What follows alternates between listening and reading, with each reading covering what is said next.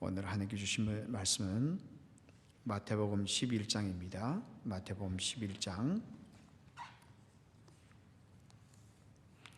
25절부터 30절까지 제 성경으로 신약 18페이지, 우리 18페이지 11장 25절부터 30절까지 제가 하나님의 말씀을 받들어 봉독하도록 하겠습니다. 그때 예수께서 대답하여 이르시되 천지의 주제이신 아버지여, 이것을 지혜롭고 설기 있는 자들에게는 숨기시고 어린아이들에게는 나타내심을 감사하나이다. 옳소이다. 이렇게 된 것이 아버지의 뜻이니이다. 내 아버지께서 모든 것을 내게 주셨으니 아버지 외에는 아들을 아는 자가 없고 아들과 또 아들의 소원대로 계시를 받는 자 외에는 아버지를 아는 자가 없느니라. 수고하고 무거운 짐진 자들아, 다 내게로 오라. 내가 너희를 쉬게 하리라. 나는 마음이 온유하고 겸손하니 나의 멍에를 메고 내게 배우라. 그리하면 너희 마음이 쉼을 얻으리니 이는 내 멍에는 쉽고 내 짐은 가벼움이라 하시니라. 아멘.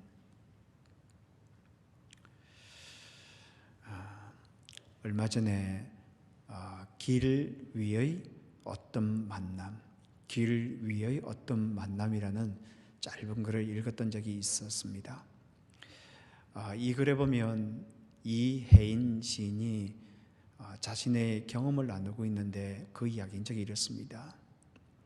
이분이 한 번은 추석 연휴에 서울에 있는 친척을 방문했다가 그곳에서 배우 윤여정 씨를 만나게 되었다고 합니다. 그래서 함께 즐거운 시간을 보내다가 집으로 가면서 같이 택시를 타게 되었는데 이분이 먼저 내리면서 자신의 택시비까지, 차비까지 내주었다고 합니다. 그러니까 자신은 공짜로 택시를 타게 된 거죠. 그런데 미안하더랍니다. 그래서 내리면서 택시기사에게 시가 적힌 카드도 주고요. 그리고 이 샘터라는 잡지도 주고요. 그날 선물로 받은 찰떡도 주면서 출출할 때 먹으라고 그렇게 주었다고 합니다. 그리고 까마득히 잊고 있었는데 얼마 후에 이 택시기사로부터 편지 한 통을 받게 되었다고 합니다. 2장짜리 정성껏 쓴 편지를 받게 되었는데 그 내용인즉 자신은 장성한 쌍둥이 남매를 둔 평범한 가장이고 그리고 사회복지사가 되는 것이 꿈이다. 그렇게 소개를 하더랍니다. 그러면서 이런 이야기를 하더래요. 그날 왠지 마음이 울적했는데 낯선 손님이 자신에게 떡을 주면서 덕담을 건네는 따스한 마음씨에 감격했다. 그런데 그분이 그렇게 크신 분인지 몰라서 죄송했다. 다음에 서울에 오시면 꼭 연락해달라. 그러면 지체없이 달려가겠다. 그런 내용들이 쭉 담겨 있었다고 합니다. 그래서 얼마 후에 이분이 이혜인 시인이 서울에 올라갔다가 출장 갔다 부산으로 내려오는 그 길에 이분에게 일부러 전화해서 나오라고 그렇게 했답니다. 그래서 같이 서울역으로 가고 있다가 시간이 좀 남길래 식당에 들러서 칼국수를 먹고 있는데 뜬금없이 이분이 자기가 검정고시를 공부하고 있는데 이 검정고시 성적표를 보여주면서 자기를 좀 격려해달라, 축복해달라, 그러니까 격려해달라, 위로해달라, 그런 이야기를 하더랍니다. 그 성적표를 보니까 모든 과목들이 다 90점 이상이더래요. 그래서 잘했다, 너무 잘하셨다, 그렇게 칭찬하면서 자기 주머니에 담겨져 있던 그 도서 상품권 3개가 있길래 그것을 주면서 더 열심히 공부해서 원하는 대학에 들어가게 되기를 기도하겠다, 그렇게 약속했답니다. 그리고 나서 얼마 후에 편지를 받게 됐는데 이분으로부터 편지를 받게 됐는데 자신이 원하는 대학에 들어가서 공부를 하다 보니까 나이가 많아서 공부를 하는 게 쉽지 않을 터인데 그렇게 재미있게 공부하다 보니까 장학금까지 받게 되었다. 그렇게 이야기를 전해주더랍니다. 너무 마음이 기뻤습니다. 그래서 이분이 다시 짤막한 글과 함께 자신이 쓴 시집을 그분에게 보냈다. 그렇게 이야기를 하면서 이분이 이 글을 마무리 지면서 이런 이야기를 했습니다. 어느새 나의 편지 친구가 되어준 길 위의 벗, 제 친형제에게 나는 또 어떤 책을 선물할까? 즐겁게 궁리하며 빈 글에 웃어봅니다. 참 좋은 글이죠. 좋은 만남은 사람을 참 행복하게 만드는 것 같습니다.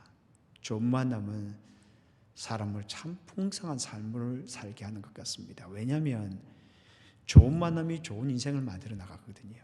그래서 우리는 참 많이 기도해야 됩니다. 좋은 만남을 위하여. 그런데 우리가 기도해야 되는 이유가 무엇인가 하면 좋은 만남은 하나님과 함께 좋은 만남을 만들어 나가는 거예요. 좋은 만남을 만들어 나가는 것입니다. 오늘 우리가 마태복음 11장 25절부터 30절을 읽었는데 오늘 보면은 하나님께서 우리를 얼마나 아름다운 만남으로 초대하고 싶어 하는지, 그래서 얼마나 행복한 삶을 살게 되기를 원하는지 그것을 우리에게 잘 보여주고 있는 것 같습니다. 오늘 본문에 보면은 우리가 잘 아는 내용이 나오고 있죠. 28절에 보면 이렇게 되어 있습니다. 수고하고 무거운 짐진 자들아 다 내게로 오라. 내가 너희를 쉬게 하리라. 하나님의 위대한 선포입니다. 하나님의 위대한, 예수 그리스도의 위대한 초청입니다. 수고하고 무거운 짐진 자들아 다 내게로 오라. 내가 너희를 쉬게 하리라. 그런데 여기에 보면은 내게 오라라고 그렇게 말씀하고 있지 않고 나에게로 오라 그렇게 말씀하고 있습니다. 왜 이렇게 말씀하시는 것일까요?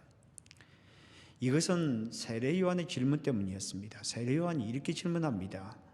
오실 그이가 당신이오니까 우리가 다른 일을 기다리오리까 그렇게 묻습니다. 그러니까 그 질문에 대한 답이 바로 이것입니다. 수고하고 무거운 짐진 자들아 다 내게로 오라. 내가 너희를 쉬게 하리라. 그렇게 말씀하고 있습니다. 그렇다면 예수님께서 이렇게 말씀하시고 있는 것입니다. 내가 바로 당신들이 기다리고 있던 메시아입니다. 그래서 여러분들은 나에게로 와야 합니다. 나에게로 오면 내가 여러분들을 쉬게 할 것입니다. 라고 이렇게 말씀하고 있는 것입니다. 그러니까 이것은 하나님의 초대장이죠. 예수 그리스도께서 우리에게 보내주신 초대장입니다. 그렇다면 이 초대장을 통하여 현대를 살아가는 우리에게 주시고자 하는 교훈이 무엇일까요? 우리가 첫 번째 기억해야 할 단어는 바로 구원이라는 단어입니다. 구원. 예수 그리스도께서 우리를 구원으로 초대하신다는 겁니다. 구원으로 초대하신다는 겁니다. 오늘 보면 25절은 이렇게 시작하고 있습니다. 그때에 예수께서 대답하여 이르시되 천지의 주제이신 아버지여. 그때에 예수께서 대답하여 이르시되 천지의 주제이신 아버지여. 예수 그리스도께서 대답하여 이르시되 라고 그렇게 이야기합니다. 이 대답하였다, 이르렀다는 것은 세례 요한의 질문에 대한 답변이거든요. 그렇다면 우리가 생각할 때에 우리가 정상적으로 생각해 본다면 세례 요한이여 이렇게 말을 해야 합니다. 그런데 여기서 갑자기 천지의 주제이신 아버지여라는 말로 시작하고 있습니다. 왜 그럴까요?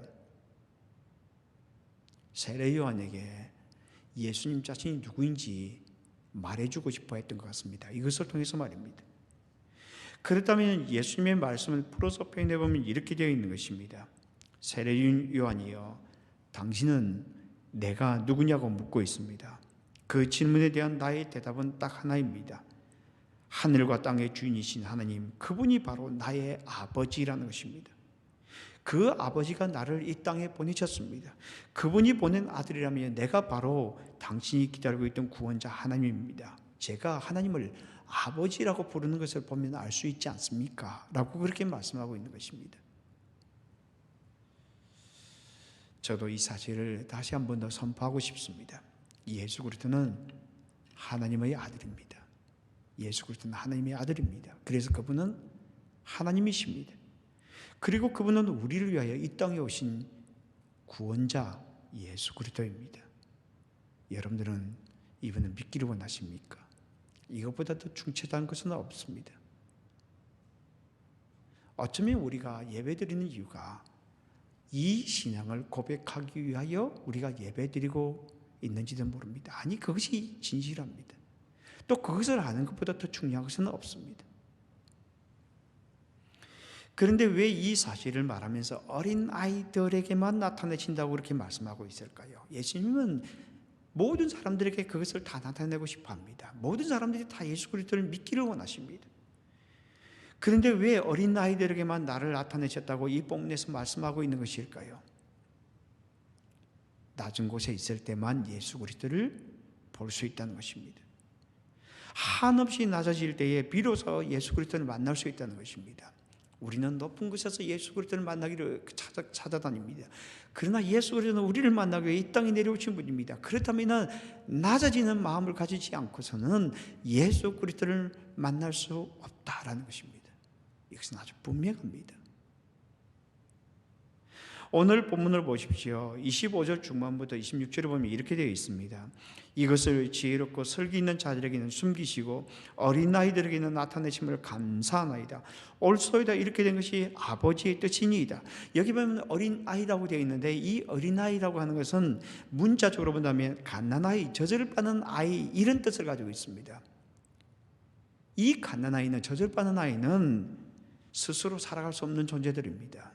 부모에게 전적으로 의지해야 되는 존재들입니다. 부모 없이는 살아갈 수 없는 것입니다. 그러니까 여기서 말하고 있는 것은 무엇인가 하면 나는 예수 그리스도 없이 살아갈 수 없는 존재입니다 라고 그렇게 고백하는 자여야 한다는 것입니다. 그것이 바로 하나님의 뜻이라는 겁니다. 그것이 하나님의 기쁨이라는 것입니다. 우리는 한없이 낮아져야 합니다. 나의 지식도 나의 재물도 나의 사회적인 지위도 모두 내려놓아야 합니다. 그래야 우리가 예수 그리스도를 제대로 알 수 있습니다. 그래야 우리가 예수 그리스도를 제대로 알 수 있습니다. 겸손하지 않으면 절대 예수 그리스도를 알 수 없습니다. 이 겸손은 바로 하나님께서 우리 마음에 부어주신 은혜가 있어야 돼요. 여러분 세리를 보십시오. 누가복음 18장에 보면 예수님께서 비유 하나를 베푸시는데 바리새인과 세리가 함께 기도하러, 성전으로 기도하러 올라갔습니다. 그때 이 바리새인이 기도하기 시작합니다. 서서 기도하기를, 하나님, 저는 저 세리처럼 토색하거나 남의 물건을 빼앗거나 불의도 행하지 아니하였습니다. 그리고 저는 가늠하지도 아니하였습니다. 그리고 나는 일주일에 2번씩 금식하고 11조도 드립니다 라고 그렇게 기도했습니다. 그런데 반면 이 세리는 고개도 들지 못하고 그리고 가슴을 치면서 그렇게 기도했습니다. 이렇게 기도합니다. 하나님이여, 불쌍히 여기소서, 나는 죄인이로소이다. 하나님이여, 나를 불쌍히 여기소서, 나는 죄인이로소이다. 그런데 예수님께서 이렇게 말씀하셨습니다. 이에 저 바리새인이 아니고 이 사람이 어렵다 하심을 받고 그의 집으로 내려갔느니라. 이 사람이, 이 세리가 어렵다 하심을 받고 내려갔느니라. 왜 그럴까요? 여기 보면은 불쌍히 여기소서, 세리가 불쌍히 여기소서라고 이렇게 이야기했는데 이것은 참 독특한 단어입니다. 신약에서 딱 한 번 써 있는 단어인데 이런 뜻을 가지고 있습니다.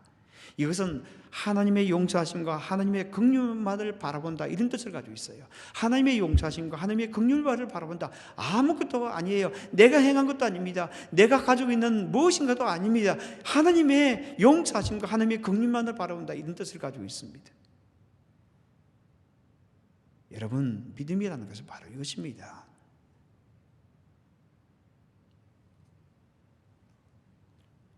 혹시 우리들 가운데 예수 그리스도가 나의 구세주임을 아직 알지 못하는 분들이 있습니까? 그렇다면 나의 입으로 고백할 수 있게 되기를 바랍니다. 하나님, 지금까지 저는 예수 그리스도를 교회 오랫동안 다녔지만 저는 예수 그리스도를 믿고 있지 않았습니다. 용서해 주시고 저희 하나님이 되어 주시옵소서. 저희 마음에 들어오시고 저희 삶의 주인이 되어 주시옵소서 라고 그렇게 고백할 수 있게 되기를 바랍니다. 그러면 그분이 우리의 삶의 주인이 되기를 기뻐하실 것입니다. 그런데 오랫동안 예수 그리스도를 믿고 싶은데도 잘 안 되는 분들도 있을 거예요. 그렇다면 이 시간에 우리의 그 마음을 그대로 고백할 수 있게 되기를 바랍니다. 하나님, 저는 예수 그리스도를 믿고 싶습니다. 그런데 아무리 예수 그리스도를 믿고 싶어도 잘 되지 않습니다. 하나님 저에게 예수 그리스도를 믿을 수 있도록 은혜를 입혀 주옵소서. 그러면 그분이 우리의 마음을 어루만져 주실 거예요. 성령 하나님께서 우리의 마음을 어루만져 주실 것이라 믿습니다.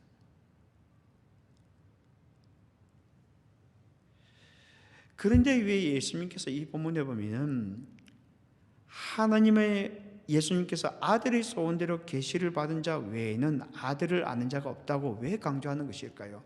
이미 어린아이 같은 자에게 자신이 구원자임을 드러내셨다 이렇게 말씀하고 있지 않습니까? 그런데 그 중에서도 여기 보면은 왜 이렇게 자신의 계시를 받은 자만이 아들을 예수님을 알 수 있게 된다, 그래서 하나님을 알 수 있게 된다 그렇게 말씀하고 있는 것일까요? 예수님을 통해서만 하나님을 알 수 있다는 것입니다. 예수 그리스도를 통해서만 하나님의 관계 속으로 들어갈 수 있다는 것입니다. 여러분, 우리가 아무리 하나님을 알려고 해도 하나님을 알 수가 없습니다. 그런데 예수 그리스도를 알면 하나님을 알 수가 있습니다. 예수 그리스도를 믿게 되면 하나님을 믿게 됩니다. 이것이 복음이에요, 여러분. 여러분 27절을 보십시오. 이렇게 되어 있습니다. 내 아버지께서 모든 것을 내게 주셨으니 아버지 외에는 아들을 아는 자가 없고 아들과 또 아들의 소원대로 계시를 받은 자 외에는 아버지를 아는 자가 없느니라.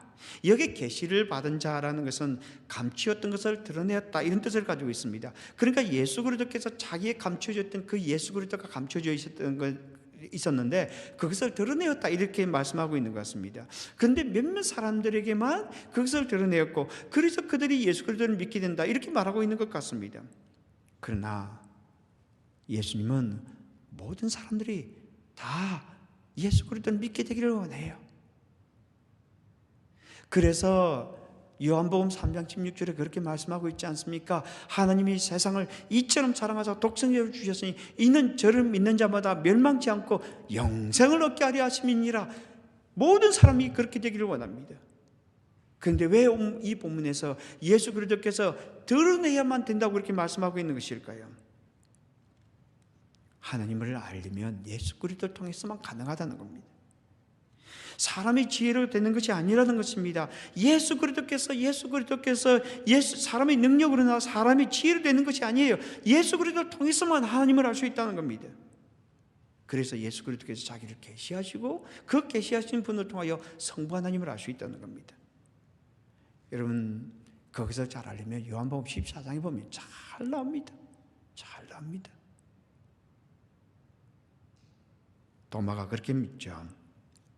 주여 아버지를 저희들에게 보여주옵소서라고 이렇게 말을 합니다. 그러니까 예수님께서 이렇게 말씀하십니다.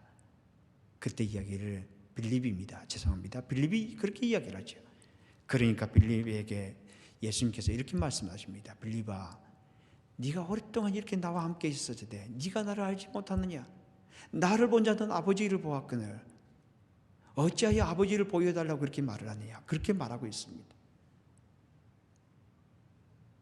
저와 여러분들은 이 예수 그리스도의 초청에 반응할 준비가 되어 있습니까? 그래서 예수 그리스도를 통하여 하나님과의 관계 속으로 들어갈 준비가 되어 있습니까? 여러분, 예수님의 제자들을 보십시오. 마태복음 16장에 보면은 예수님께서 제자들을 데리고 가이사라 빌립보로 가셨습니다. 그때 이렇게 묻습니다. 사람들이 나를 누구라고 하느냐? 그때 제자들이 말을 합니다. 어떤 사람은 세례 요한, 어떤 사람은 엘리야, 어떤 사람은 예레미야나 선지자 중에 하나라 하나이다. 그때 예수님께서 이렇게 말씀하셨습니다. 너희는 나를 누구라고 하느냐? 너희는 나를 누구라고 하느냐? 예수님의 거짓말은 다른 사람들이 아닙니다. 그를 따르는 백성들로부터 이 이야기를 듣고 싶어합니다. 그때 제자들이 대표인 베드로가 이렇게 대답합니다. 주는 그리스도시요 살아계신 하나님의 아들이시니이다. 주는 그리스도시요 살아계신 하나님의 아들이시니이다.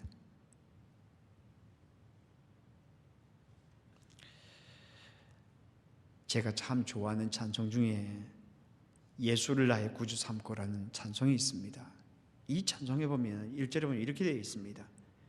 예수를 나의 구주 삼고 성령과 피로서 거듭나니 예수를 나의 구주 삼고 성령과 피로서 거듭나니 이 세상에서 내 영혼이 하늘의 영광 누리도다. 이것이 나의 간증이요 이것이 나의 찬송일세.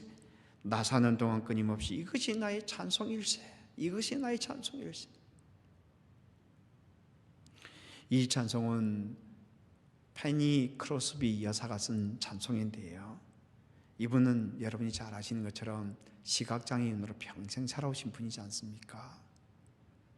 그리고 찬송가를 참 많이 작사한 분인데요, 그런데 이분이 53세가 되는 어느 날 아주 친분이 있던 핀니 네프라는 전도자가 그를 찾아왔다고 합니다. 이분은 뉴욕에서 교회를 섬기면서 그리고 전도와 자선사업가를 하는, 그런데 아마추어 음악가, 그러니까 음악에 대해서 잘 아는 분인데, 그분이 왔길래 크로스비가 그 여사가 이 네프라는 사람에게 그렇게 말을 했다고 합니다. 당신의 음악이 너무 아름답습니다.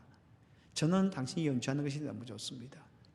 오늘은 어떤 음악을 저에게 들려주기를 원합니까? 라고 이렇게 이야기를 했습니다. 그러니까 네프가 오르간을 가지고 그 마음에 있는 것을 막 거기에 들어오는 대로 그냥 연주를 하기 시작했습니다. 그때 크로스비 여사가 이 네프의 음악을 들으면서 지난주 들었던 설교 말씀을 떠올렸습니다. 온전한 믿음으로 하나님께 나가자.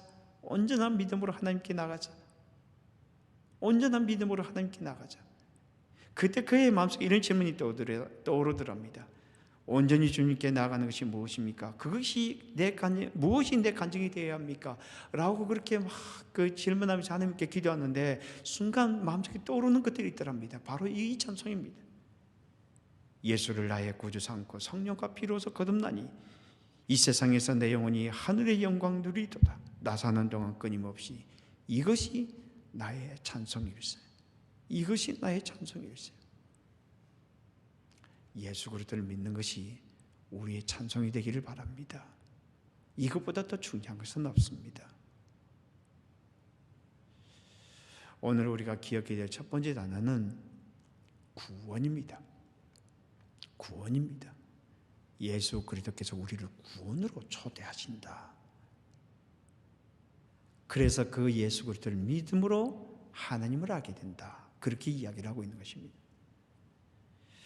또 하나 우리가 기억해야 될 단어는 무엇인가 하면 안식입니다. 예수님은 우리를 안식으로, 쉼으로 초대하고 있다는 것입니다. 오늘 보면 28절을 다시 한번 읽어보면 이렇게 되어 있습니다. 수고하고 무거운 짐진 자들아 다 내게로 오라. 내가 너희를 쉬게 하리라. 내가 너희를 쉬게 하리라.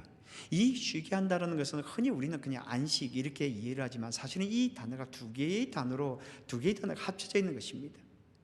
그것은 무엇인가 하면 하나는 위를 향해라는 뜻이 있고요, 또 하나는 멈추다, 중단하다 이런 뜻을 가지고 있습니다. 그러니까 이것을 문자적으로 표현하면, 풀어서 표현해보면 위를 향하는 모든 것을, 이 모든 일과 단절하다 이렇게 되어 있는 것입니다. 그렇다면 28절을 우리가 풀어서 표현해보면 이렇게 되어 있습니다. 무엇인가 체험으로서 올라가려고 애를 쓰다가 지쳐있는 자들이 있습니까? 하기는 싫은데 어쩔 수 없이 올라가야 하기 때문에 억지로 짐을 지게 되어서 피곤한 자들이 있습니까? 그런 자들은 모두 나에게로 오십시오. 그때 여러분들은 참된 쉼을 경험하게 될 것입니다.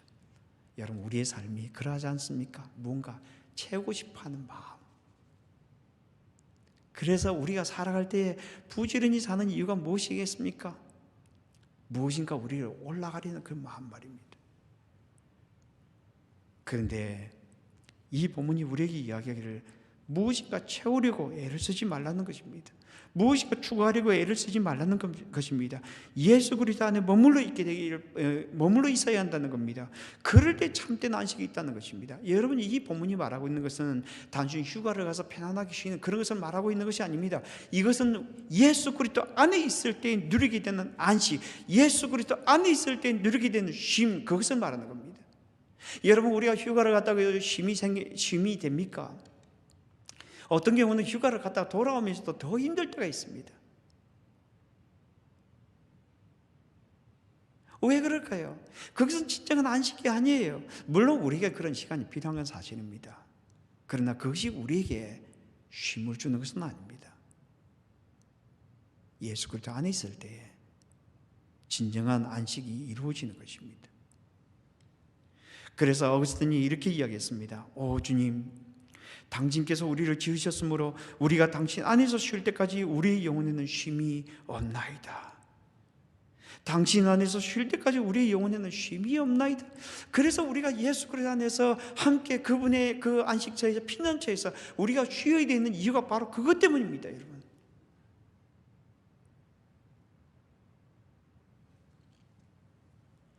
그런데 여기에 보면은 쉬게 한다고 약속하시면서 왜 내 멍에를 매라고 말씀하는 것일까요? 쉰다는 것은 멍에가 없는 상태를 말하는 거 있는 것 같습니다. 그런데 어째서 내 멍에를 매라고 그렇게 말씀하는 것일까요? 예수 그리스도와 함께 삶을 살아가는 것입니다. 그분과 함께 동행하라는 것입니다. 그러면 예수 그리스도와 함께 동행하다 보면은 우리에게 참된 쉼이 참된 안식이 무엇인가를 알게 됩니다, 여러분. 진짜 그렇습니다, 여러분.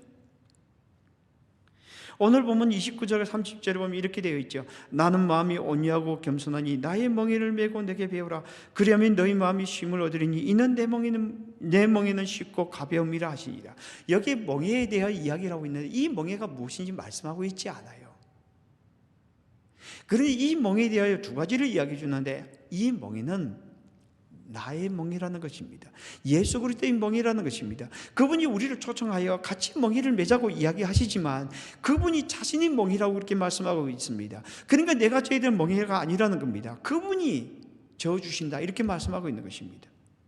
또 하나는 그 멍에는 쉽고 가볍다라고 하는 것입니다. 그 멍에는 쉽고 가볍다는 것입니다. 그렇다면 예수님께서 이렇게 말씀하고 있는 겁니다. 나를 따르는 자들이여 나와 함께 멍에를 지고 갑시다. 그러나 그것은 여러분의 짐이 아닙니다. 그것은 내가 지고 갈 것입니다. 그냥 나와 함께 있기만 하면 되는 것입니다. 그래서 그 짐은 너무나 가볍고 너무나 쉽습니다 라고 그렇게 말씀하고 있는 것입니다.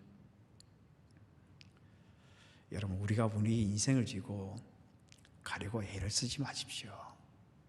우리의 인생을 지고 가려면 얼마나 피곤해요, 여러분. 참 피곤합니다, 여러분. 저도 목회를 하면서 그런 것을 깨달을 때가 참 많아요. 설교를 할 때도 부담이 되잖아요, 그렇죠? 그래서 오늘 본문이 이 특기래요. 오늘 본문은 제가 잘한다고 생각했는데 그 말씀을 쭉 묵상하다 보니까 잘 모르겠더라고요. 죄송합니다. 이게 아무리 들여다봐도 충분히 이해가 안 되는 거예요. 그래서 고민이 되었습니다. 하나님 어떻게 하면 좋겠습니까? 그렇게 물어보니까 하나님께서 그렇게 말씀하세요. 네가 깨달은 만큼만 전달해 주면 된다. 네가 깨달은 만큼, 네가 알지 못하는 것들을 풀려고 애를 쓰지 마라. 왜 네가 그것을 가지고 고민하고 있느냐? 그렇게 말씀하세요. 여러분, 우리 인생이 그러하지 않습니까? 우리가 풀지 못하는 것을 쥐고 있으면 얼마나 힘듭니까?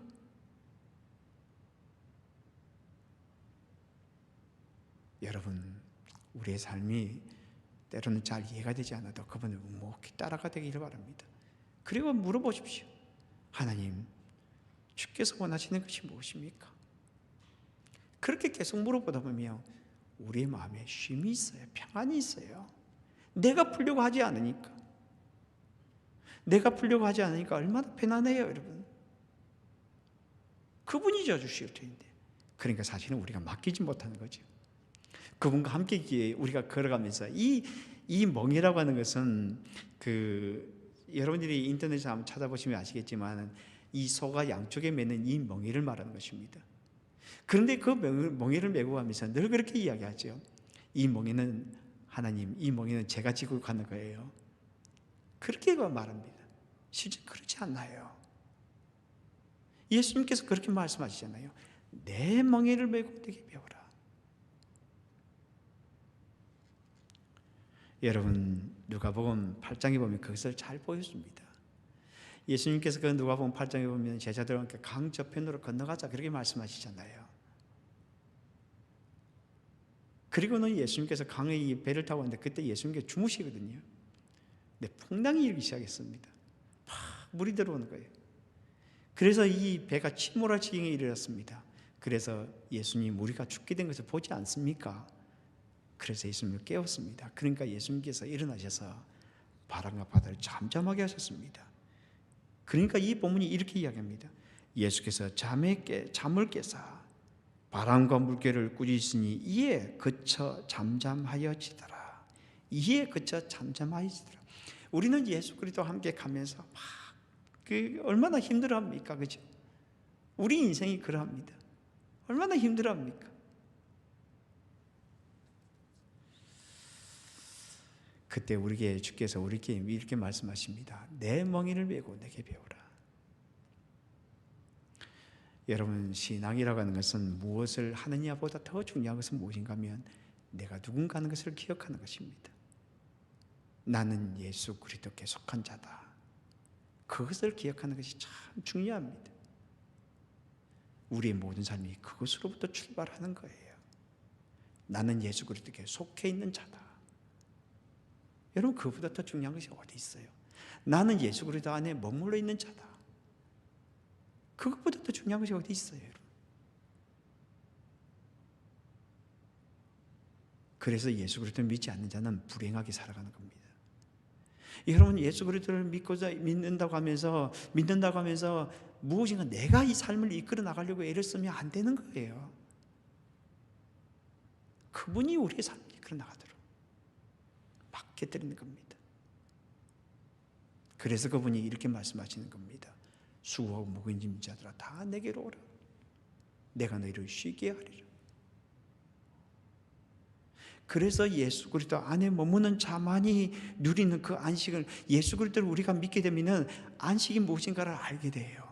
그 안식을 아는 자가 진짜 예수 그리스도를 믿는 자입니다. 톨스토이라는 분이 여러분 잘 알잖아요. 이분은 참 유명한 그 작품을 많이 쓴 사람 아닙니까? 부활, 안내 까르리나, 그리고 전쟁과 평화, 영화로도 만들어져 있죠. 그런데 이 안에 보면은, 이 톨스토이의 작품들을 보면은 기독교 사상이 참 많이 묻어 있어요. 그래서 사실은 이 작품을 보면은 신앙이 무엇인가 하는 것들을 볼 수 있는 좋은 책들이 많은데요. 그런데 이분이 그가 참된 신앙을 알게 된 것이 55세, 55세야 비로소 알게 되었습니다. 그분이 자기 겪었던 그 신앙을 신앙론에서 이렇게 이야기를 합니다. 나는 지난 55년을 살아오면서 15년의 소년기를 제외하면 기쁨이나 행복이나 안식을 누리지 못하고 살았습니다. 내가 18세가 되던 해 한 친구가 내게 찾아와 신이 인간을 만든 것이 아니라 인간이 신을 만든 것이라고 나를 설득했습니다. 나는 그 말에 설득되어 신앙에서 떠났습니다. 나는 종교를 포기하는 것이 자유를 얻는 것이라고 생각했습니다. 나에게 종교는 속박일 뿐이라고 생각되었기 때문입니다. 그러나 이제 내 나이 55세, 나는 내가 스스로 버린 어머니 같은 신앙의 품으로 다시 돌아왔습니다. 나는 단순히 종교로 돌아온 것이 아닙니다. 나는 구주인 그리스도께로 돌아온 것입니다. 그 안에서 나는 생애 처음으로 참된 안식을 발견했습니다. 여러분, 신앙이라고 하는 것은 예수 그리스도께로 돌아가는 것입니다. 그리고 그 안에 머물러 있는 것입니다. 그럴 때에 우리가 참된 안식을 경험하게 된다. 그렇게 말씀하고 있는 것입니다. 오늘 보면 28절에 보면 예수님께서 위대한 초대를 하고 있습니다. 수고하고 무거운 짐진 자들아 다 내게로 오라. 내가 너희를 쉬게 하리라. 그 하나님의 초대, 위대한 그 초대장에 담긴 것이 무엇입니까? 구원으로의 초대입니다. 구원으로의 초대. 구원으로의 초대입니다. 예수 그리스도께서 구원으로 우리를 초대하고 있는데, 예수 그리스도께서 바로 성부 하나님, 예수 그리스도께서 성부 하나님께서 보내신 분이고, 그래서 그분이 구원자이고, 그분을 통해서 다시 하나님을 알 수 있다, 성부 하나님을 알 수 있다, 그렇게 말씀하고 있는 것입니다. 또 하나는 안식입니다. 예수님은 우리를 참된 쉼으로, 참된 안식으로 우리를 초대하고 있다는 것입니다. 이 예수님의 초대에 반응하여 구원과 안식을 누리며 살아감으로 말미암아 복된 삶을 살아가는 저와 여러분이 되기를 주님의 이름으로 축복합니다. 같이 기도하겠습니다.